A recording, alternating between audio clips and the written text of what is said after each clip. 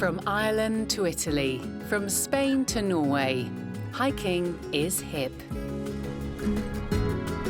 Hiking is young, hiking is green and healthy, and you can only get up close when you're on foot. Everywhere in Europe. Sometimes it's hard to match the topography to the map because there's so many small hills and ups and downs. But the way is so clearly marked that it's I have to try really hard to get lost here. So I think I'm going that way.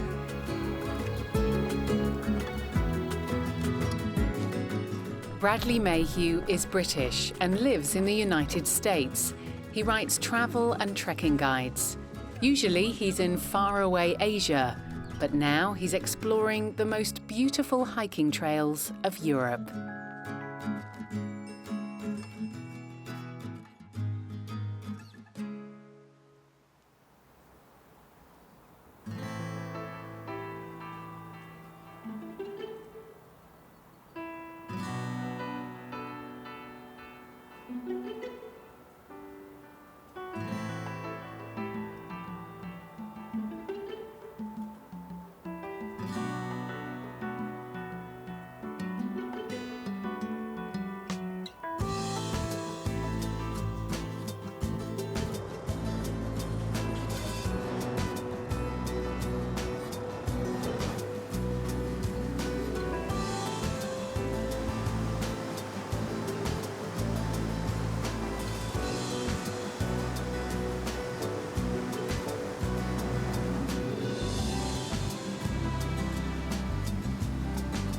Bradley Mayhew is going to hike the most famous pilgrimage route of Scandinavia.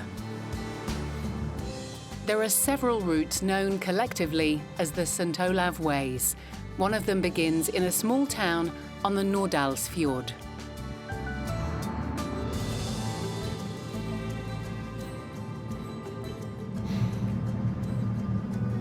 Well, Olaf was an early Norwegian king, dated from about 10 centuries ago. Started off as a Viking sailor, a Viking marauder, went all the way to England, pulled down London Bridge, I've been told, thank you very much, and then converted to Christianity in Normandy, in Rouen. Essentially was famous for uniting Norway and bringing Christianity to Norway. After his death, lots of miracles grew up, so he was canonized and then became pretty much the patron saint of Norway and the biggest saint in the whole of Scandinavia. Many adventurous tales are told about Olaf II Haraldsson, and not all are of a religious nature. This one place up here was where Olaf battled a giant serpent and threw him up against the wall. Well, in Valldal, this village here, Olaf was trapped by two different armies that came up the fjord. He had nowhere to go, so he and 500 men burned all 4 of his longboats, hid here for a few days, and then went straight up into the mountains and then headed up to Trondheim.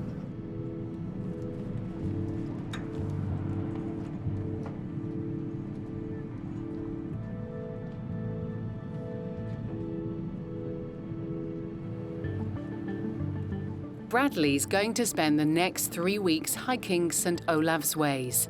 His destination, the city of Trondheim, where King Olaf lies buried.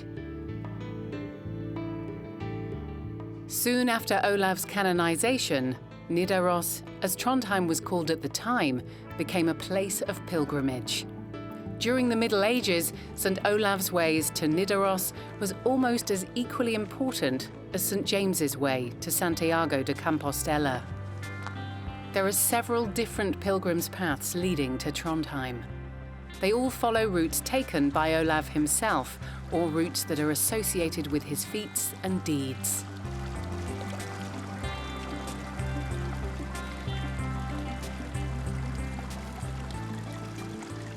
So when Olaf left Valldal, he came past this exact spot, it said, and drank from this spring. So pilgrims still come here to this day to fill up with some good clean water and get a blessing while they're here.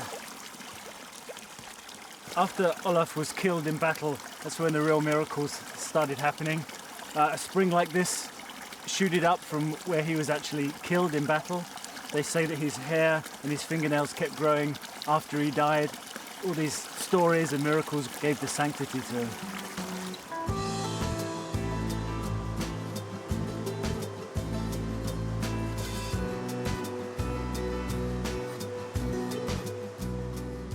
From the fjords, there are also direct paths to Trondheim that cross the sparsely populated Norwegian mountains. But Bradley wants to take the most important of the St. Olaf ways, a route that was recognised as a European cultural route in 2010. The main pilgrimage route of the St. Olav's Ways, Gudbrandsdalen Path, begins in Oslo and goes through Lillehammer, which is where Bradley wants to join it. From Lillehammer, the path follows the Gudbrandsdalen, Norway's longest valley, all the way to the Dovrefjell mountains. St. Olav's Ways end at Nidaros Cathedral in Trondheim.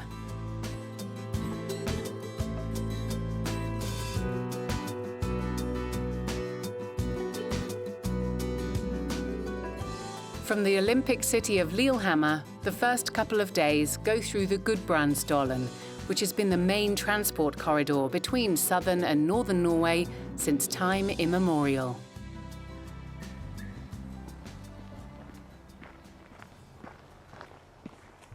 On St. Olav's Ways, you rarely meet someone coming from the opposite direction. Pilgrimage routes are like one-way streets, and in Norway, they all lead to Trondheim. Okay, on Pilgrim's Path, yeah? Yeah.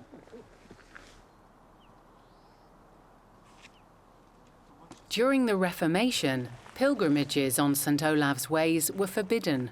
For 400 years, it was a punishable offence.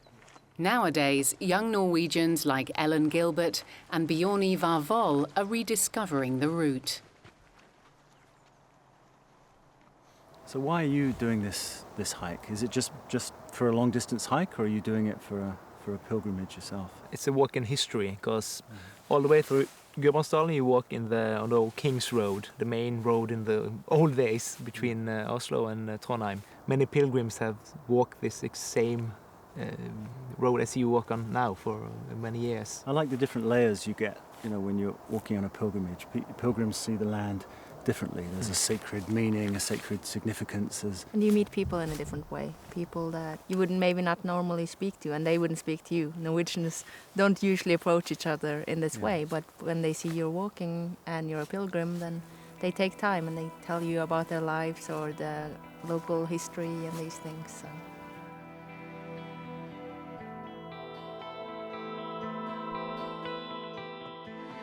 At one time, there were more than 1,000 stave churches in Norway. Only 30 still stand today, and their preservation is expensive. A landmark on the trail is the Ringebu Stave Church.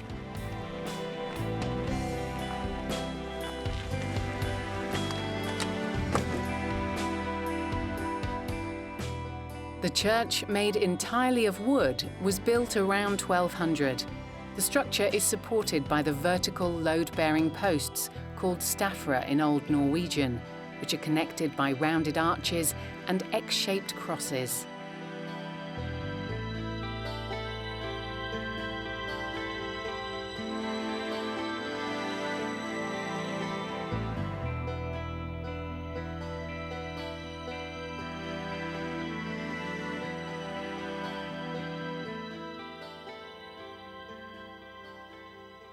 The Ringebu Stave Church is one of the most magnificent in all of Norway.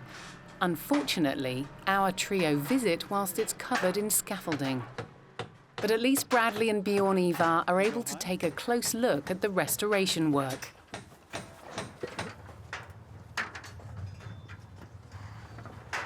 The man in charge is David Sedlacek from the Czech Republic.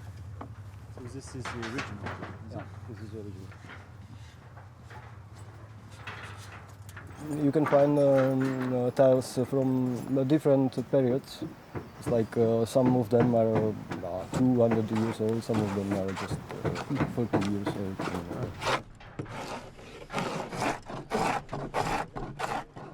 Over the centuries, most of the Stave churches have fallen victim to fire or decay. The few that still remain need regular restoration.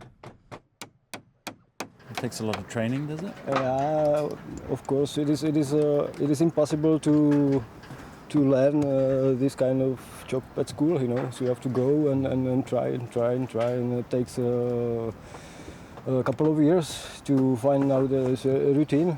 It's more work in Norway with the restorations as the workers they need.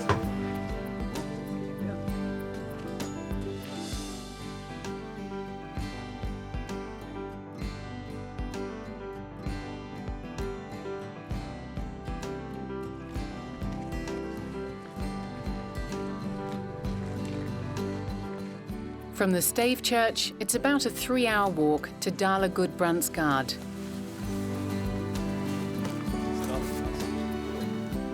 The place is named after a Viking chieftain who once ruled the Gudbrandsdalen like a king.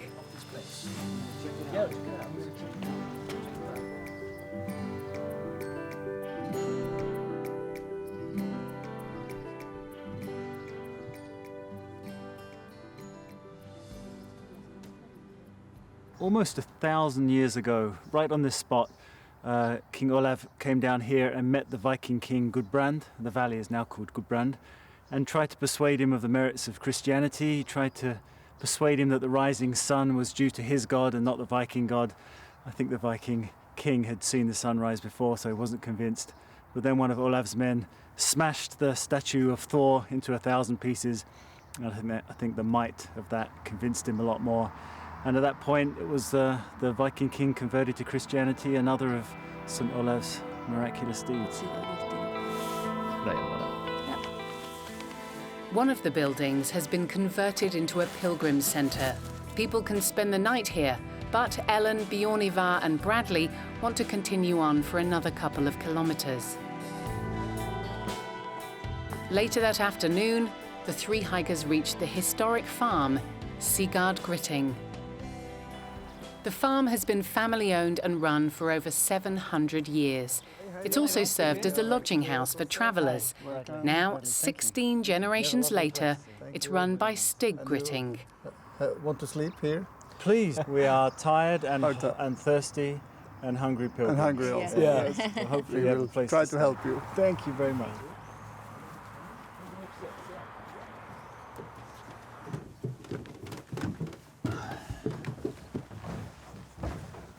Lovely. Yes, old beds. Yeah, so these are the beds.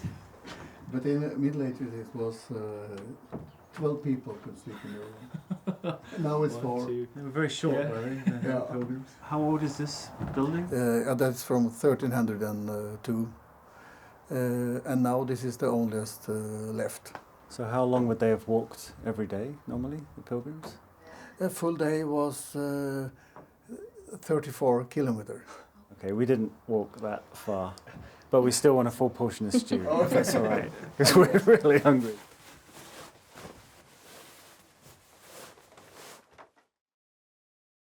Bradley takes advantage of the time needed to fix the meal to look around the historic property and take a few pictures for his blog.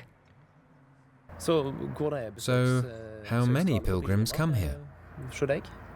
The numbers are increasing steadily. We have other guests as well, but last year there were at least 100 pilgrims. For many, it's inconvenient to stay here due to distances. If they stop at Hundorp, they don't stop here.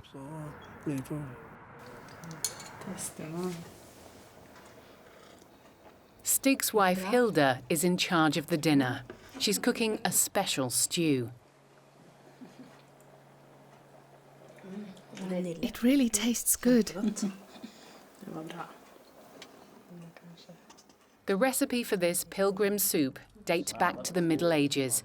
It's made with vegetables and dried meat and then simmers for several hours. Left is fresh. I promised you a full meal. Yeah, you did. You're very good on your word. I don't think I want to know how many calories are in the soup.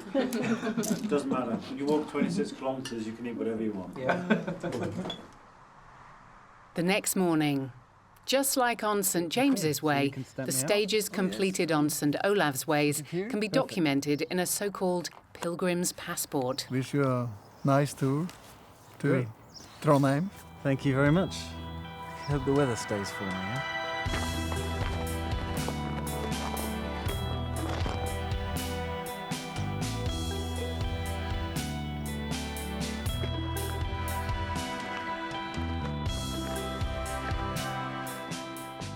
High above the valley floor, the next leg of the hike leads mostly through forests.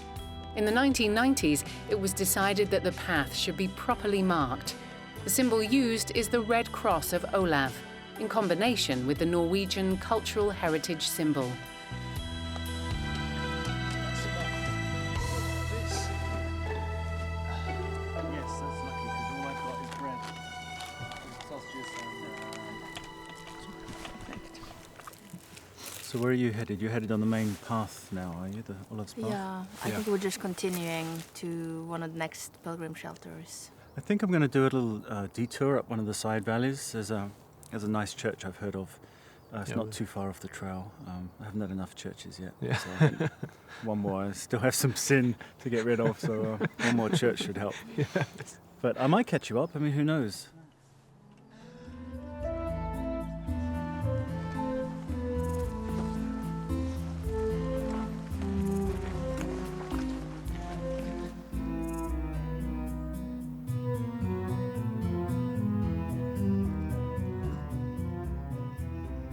So here in the Gudbrandsdal Valley, the St Olaf path passes through Peer Gynt country.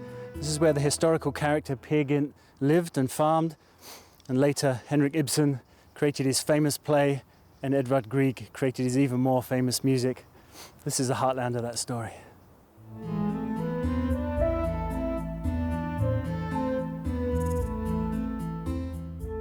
The drama is about Peer Gynt, a farmer's son who lies his way into a fortune and, in the end, loses it all.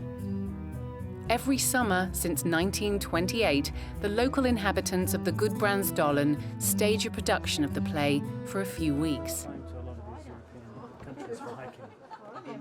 Marita Onekre dedicates her annual holiday to Peer Gynt. She has a small part in the play and has invited Bradley to the first rehearsal. Almost everyone here is an amateur actor. Only the director and the lead actors are professionals. They'll all rehearse together for the next 4 weeks. My Norwegian's a little bit rusty, so I'm only getting about 50% of the plot. I think we just saw like the first scene of the first act. Peer Gynt, he is going to take the bride. So he really takes her from the behind, and he go up in the mountain with her, and the groom, he's just left with nothing. He's a rebel, and maybe sometimes we need that. So it's inspiring in different ways. He needs to go out, and he wants to be something big, really big. He wants to be king. Peer Gynt, however, returns to the Gudbrandsdalen a poor and broken man. The same actuality as for 100 years ago, because it's about us, and we haven't changed that much. It's about choices we make. Did I do the right choice? Should I go another direction? It's like you when you're walking. Should I go this way or this way?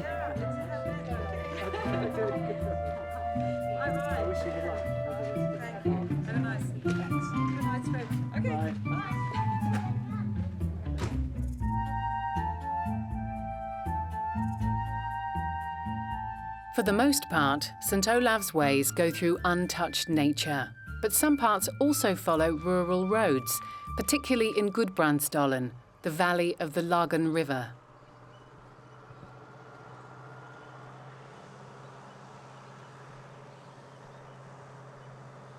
This is the longest valley in Norway, so it's always been an important trade communications route. Government ministers and kings would follow this valley as they headed up to Trondheim. And the old trade routes eventually became cart roads, modern roads, highways. So unfortunately sometimes I have to travel the tarmac roads, but it's all part of the same paths. It's like just walking in historical tracks, so it's okay for a while.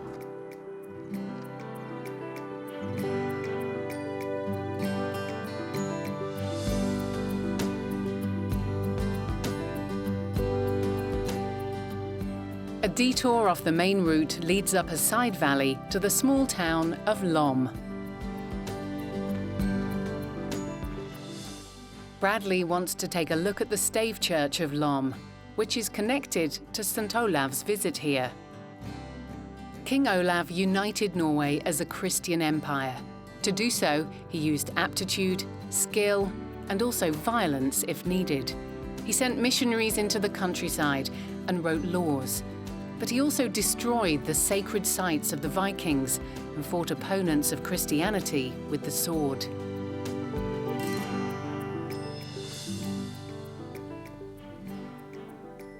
Well, Lom's important because it's at the crossroads of several trade routes and pilgrimage routes also. A lot of the traders and pilgrims coming in from the western fjords would have met here and then carried on into the central valleys of Norway.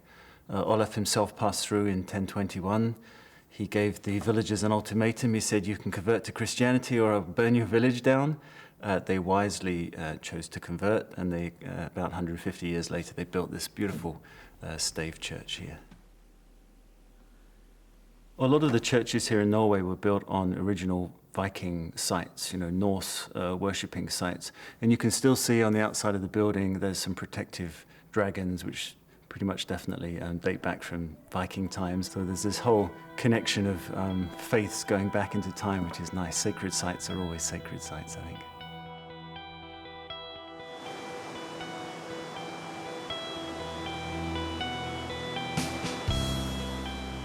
Norway is sparsely populated, and its landscape is dramatic. More and more tourists are beginning to come here to experience the nature of the mountains and the many wild rivers of the countryside.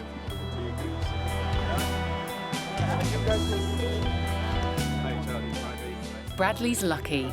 Charlie Moroza has one last space free on the raft. Back pedal. Stop, stop, stop. Hey, remember, back pedal, you put your paddle there, yeah? Lean forward. Where are you from, Charlie? I'm from Zimbabwe. Zimbabwe? Yes. How did you end up in Norway? Through some That's friends. Yeah, a long way. But the rafting is a very small industry. Eh? Right. Everybody knows everyone.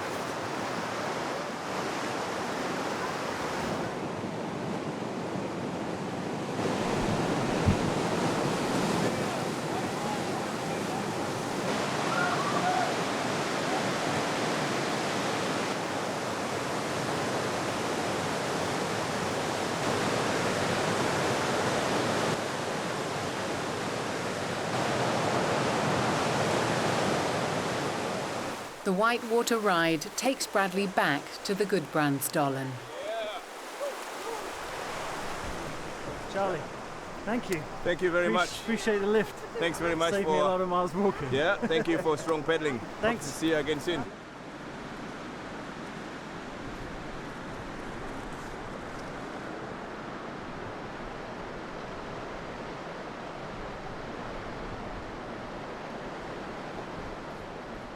Back on the main pilgrimage route.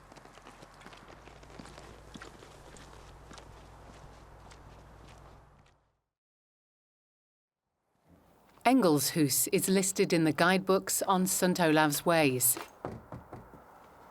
Hello. Pilgrims can spend the night at Hildrun Grandset's farm. Or just stock up on supplies. What are these pieces? It's something gromel. It's made of unpeeled potatoes with salt. Okay, so bits of potato and what else? Barley? Det poteter med skall. Barley flour. Og så det salt. Unprocessed whole wheat flour. Kveitmjøl. And and a little water. That's all. Det är salt. Simple.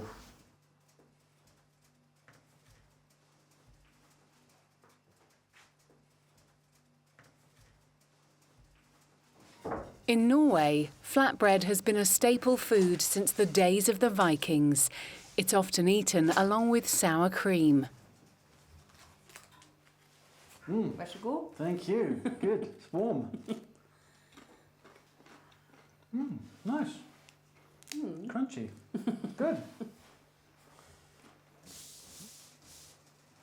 From what I understand, the flatbread is essentially made of potatoes and barley with a little bit of salt and water. I think that's because they just don't have wheat here. It's such a short growing season, such long winters. I think bread is a loose term for what we have, but it's certainly very tasty. It's a bit like a crispy waffle.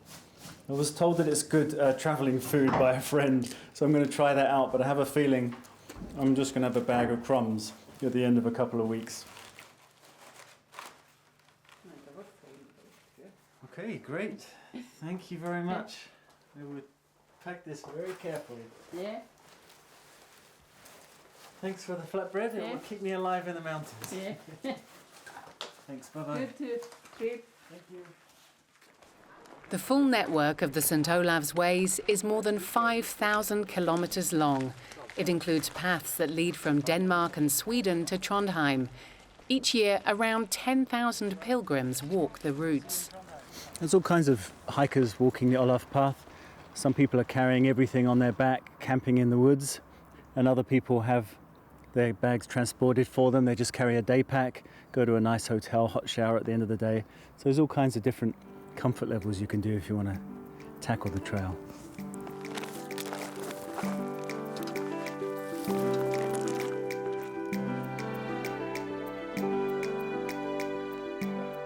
A long day of hiking draws to a close. During the Norwegian summer, the sun doesn't set until midnight. It's actually dark for only a very short time.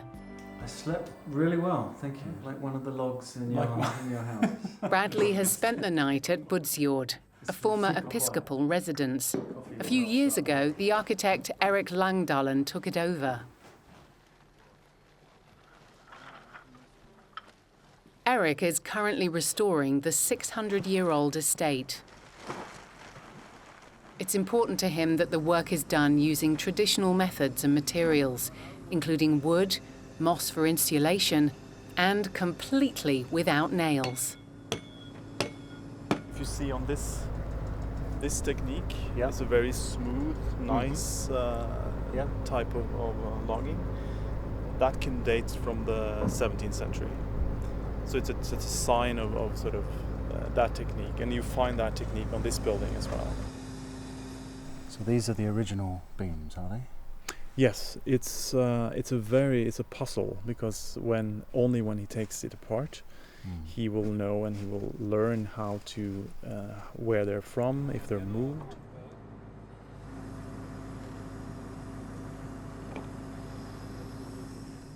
So why are you going to so much effort restoring and rebuilding these old buildings? They have so much life in them and history, and they're actually worth preserving just because of the solidity of them and the handicrafts. So if you maintain them, they can stand for another 500 years. It fits quite nicely, doesn't it, having these ancient buildings housing pilgrims who are walking a medieval hiking trail.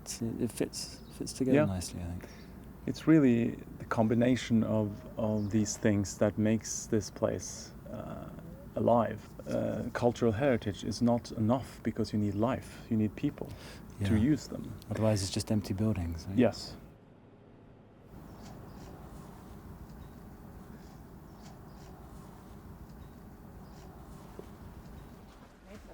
The great thing about hiking the St. Olav's Path is there's really nice, comfortable, interesting accommodation all the way along the route, and you get a sense that you're really living in a place that's really connected with the path and connected to the trail.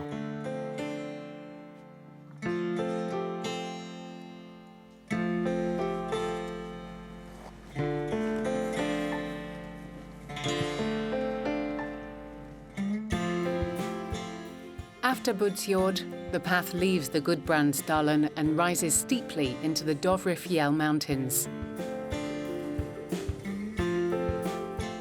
According to legend, King Olaf repelled a snowstorm sent against him by a giant. He then turned the giant into stone.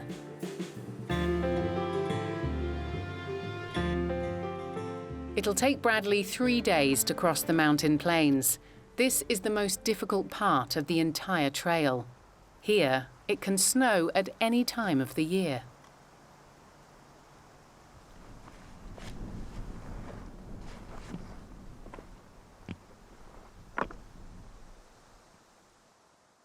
Well, it's always a pivotal moment when you reach halfway through a trek, and also when you reach the highest point on a trail. This is where you only come in good weather. You don't want to be up here in a storm, that's for sure. It's only about 1,200 metres, but it feels much higher than that because we're above the tree line. It feels a bit like Scotland mixed with Tibet up here to me. I like it. I'm looking forward to the next few days. On the Dovrefjell, the main path joins with the old King's Way. Since 1299, the kings of Norway have resided in Oslo. For centuries, however, they were crowned in Trondheim, so even royalty was forced to take the strenuous path across the fjell.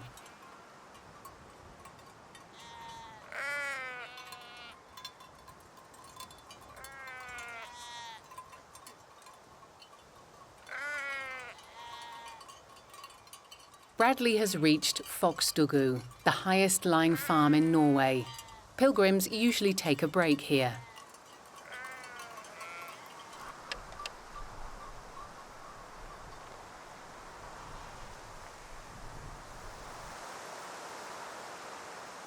Fok means snow and stugu, hut.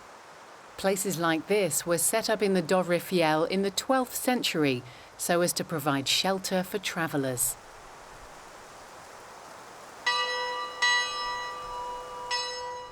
A former sheep barn now serves as a chapel.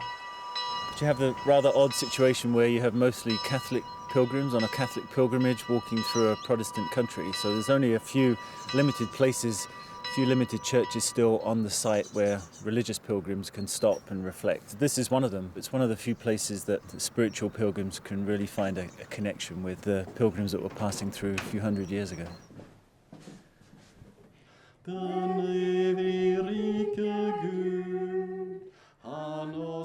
Pastors come from all over Norway to spend a few weeks at Fokstugu. The services held are open to pilgrims of all religious denominations.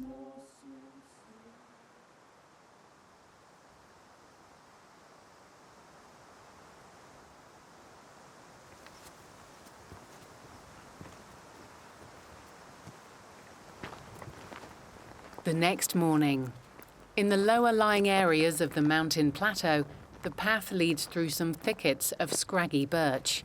In the summer, you can often find Wenche Årbakk here. What are you doing? What are you picking?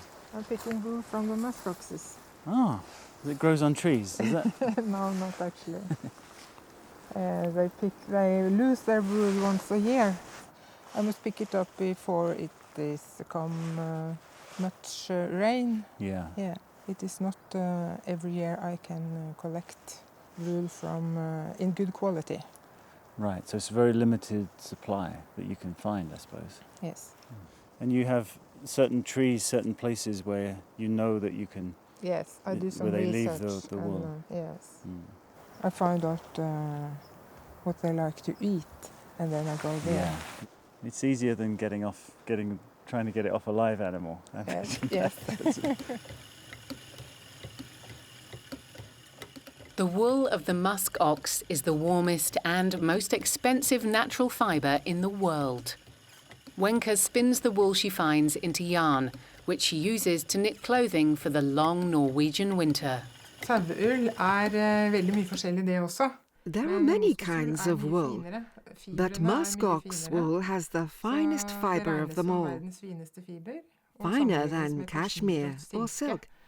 Only artificial silk has a thinner fibre than kiviot, as we call the wool of the musk ox.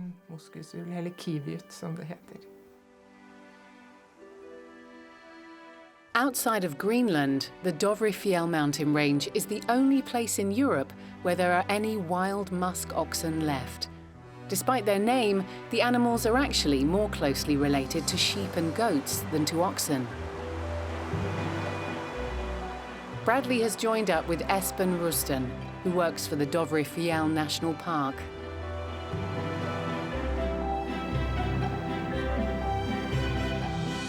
The Ovibos moschatos gets its name from the strong, sweet odor that the male musk oxen emit during the mating season. So the male that we see over there now, it's an adult male. We can see it from the big horns in the skull. Yeah. So that's typical for the male. A female would have had much smaller horns. A little bit similar to yak in Tibet and bison in Yellowstone. They are. Similar kind of environments. And Yes, it is. So it's a kind of Arctic environment, and they are very well adapted to that.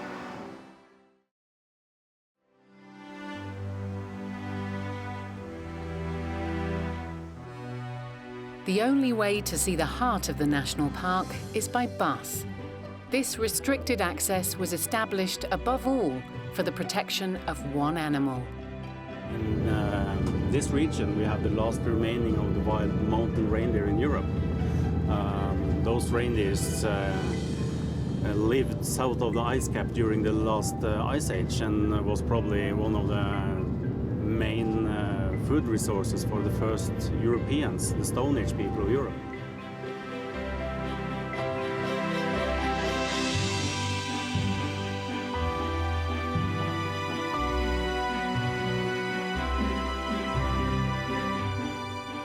There are barely 4,000 wild reindeer now living in the seclusion of the Dovrefjell Mountains.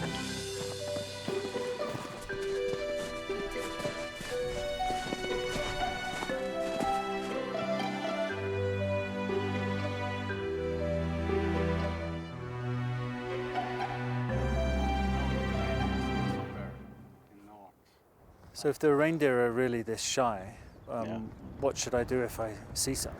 They can spot you or even feel the scent of you of even more than 500 meters. And then they would run for maybe as much as 3 kilometers. And then they would lose energy and they will lose important time which they normally have to use for feeding. If you are so lucky that you actually see a herd of reindeers, you should not try to approach them.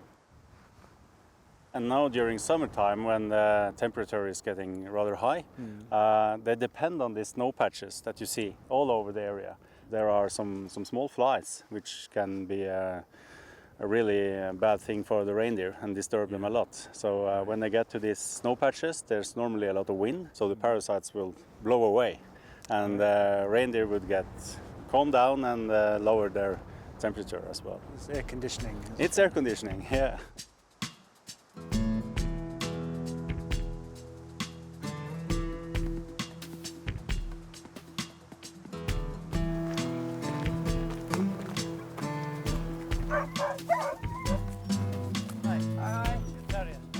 Further down the mountain plateau, Tøye Dalen is preparing for some daily training.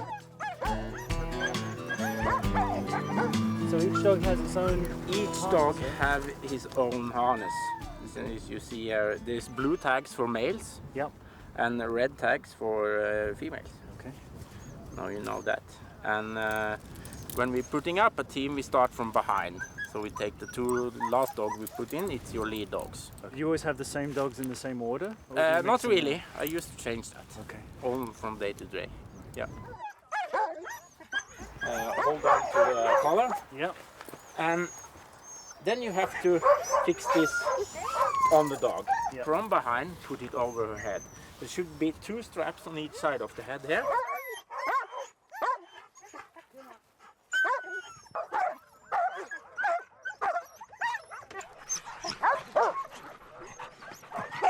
I've been told that the dogs are heading roughly in the direction of the St. Olaf Pass on this trip, so I'm going to try and hitch a ride.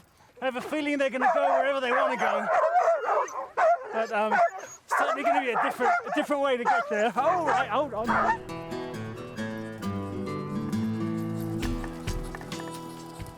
In the winter, Tøye drives his huskies at international dog sled races.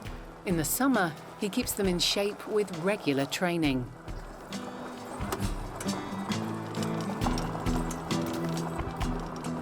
Surprisingly easy to control. It's essentially just an engine, which is the dog's, a brakes and a steering wheel.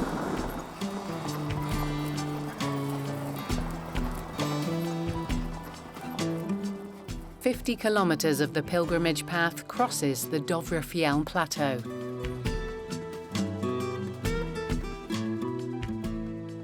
Many rare and endemic plants grow here, but the appearance of the glacier-formed landscape is dominated above all by lichen.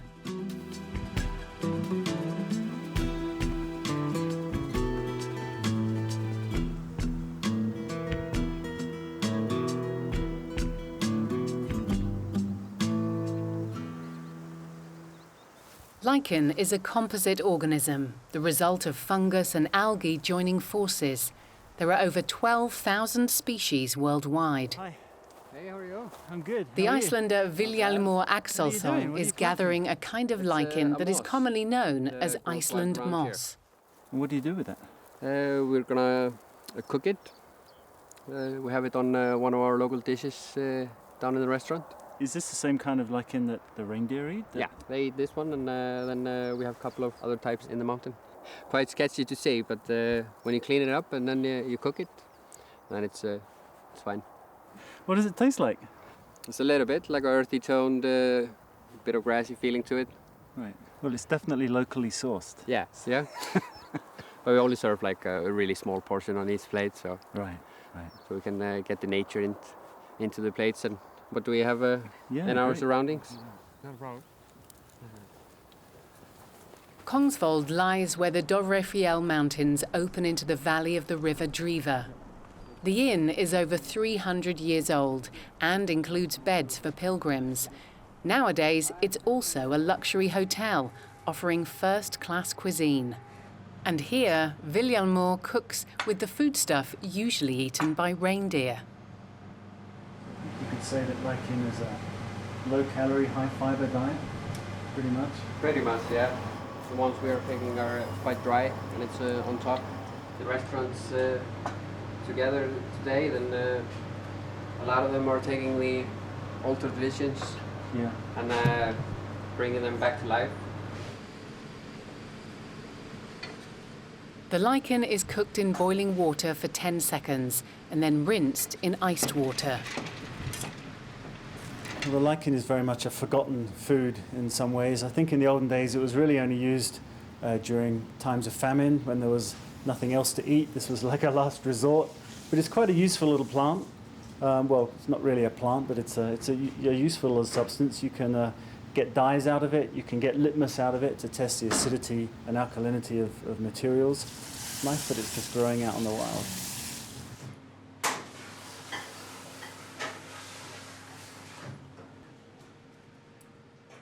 Fried crispy, it's a perfect garnish for a fillet of ox on celery puree.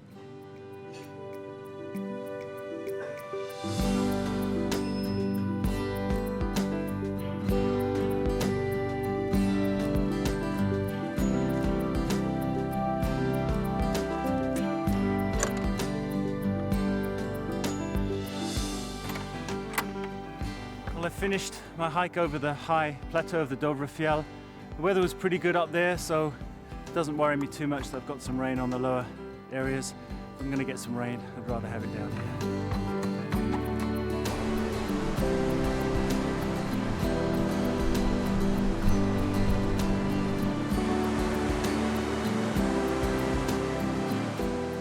The next leg of the hike takes Bradley through Drivdalen, the valley of the Driva River. Up until the mid-19th century, this valley was impassable whenever the winter snow thawed. Apparently, in the olden days, the path used to go down and follow the valley, but it had to cross the river 9 or 10 times, and every springtime it got flooded and it was impossible to cross. So the king ordered this path. The Vorstigen means spring path. So unfortunately, although the road stays down low in the valley, I have to climb up a little bit and then drop down the other side. But hopefully the views should be nice.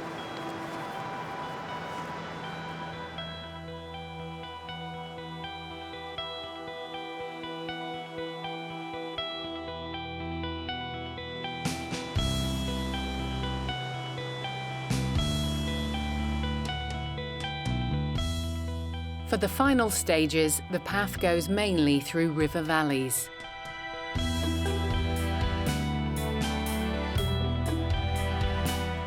For 4 days, it follows the Okla River.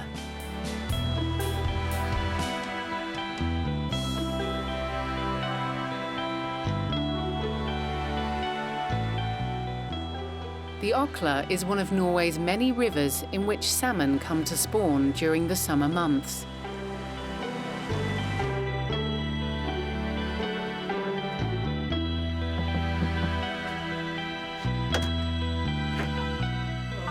Another pilgrim hostel, Ingrid Meslow's farm, is located alongside the river. Thank you.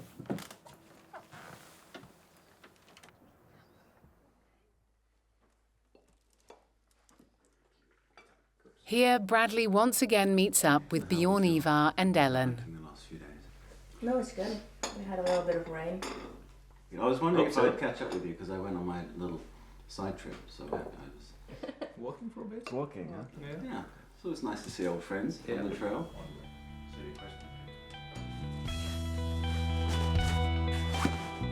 The three decide to go the rest of the way to Trondheim together.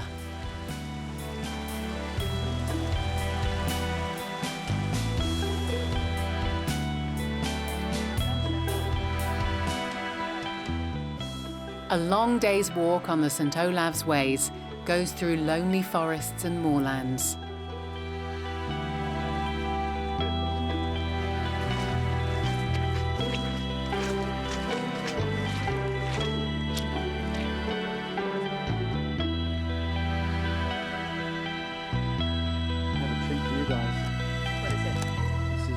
Flatbread. Oh, really? Yes, handmade. That's great. These are the biggest pieces I have left. Thank you. The rest of it looks like this. It's the worst trekking food ever invented, but it tastes great. The pilgrimage is slowly coming to an end for the trio. It's not just physical beauty, physical landscape. There's sacred spots, there's churches, there's events that happened in history. So you're kind of accompanying past legends, past history. You can also see a lot of the names in different places are connected to St. Olaf and that part of Norwegian history. All the way from Oslo to Trondheim, local places. They have St. Olaf Springs and St. Olaf churches and all that. And before I started to do this trail, I didn't know that.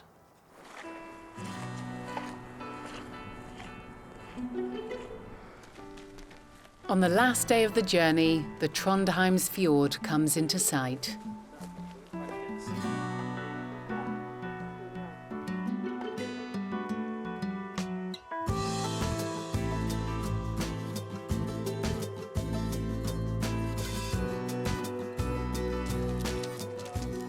Where the Gola River meets the fjord, the ferryman is already waiting. Many generations of John Wanvik's family have ferried pilgrims across the Gola.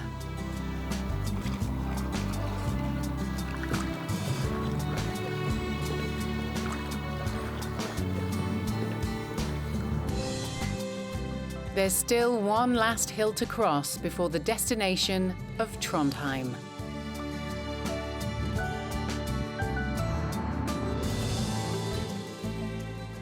At the end of the 17th century, the city was razed by fire, then rebuilt following a whole-scale redesign.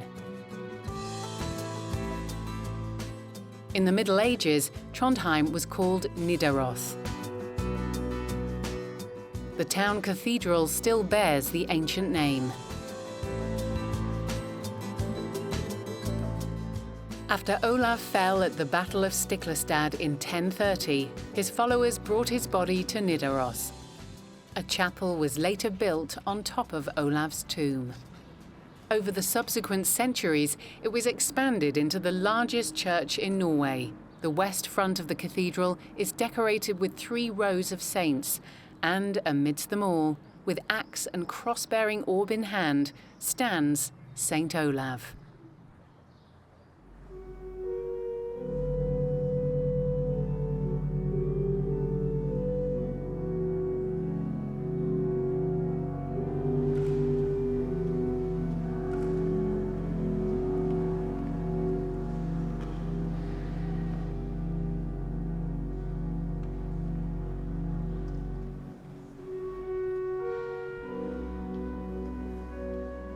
Here at Nidaros Cathedral, the hike ends for Bradley, Ellen and Bjorn Eva.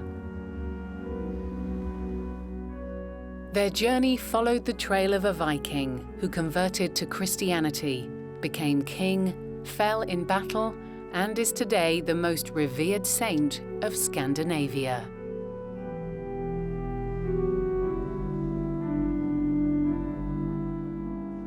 A whole cult grew up around St. Olaf, and somewhere beneath my feet is where he's still supposed to be buried. I think there's a real sense of achievement at arriving at Nidaros here. Many of the hikes and treks that I do, the high points are always in the middle, whether it's a high pass or a base camp. The great thing about a pilgrimage is that the destination is what it's all about. So to finally get here is a great sense of achievement, and you really end on a high note.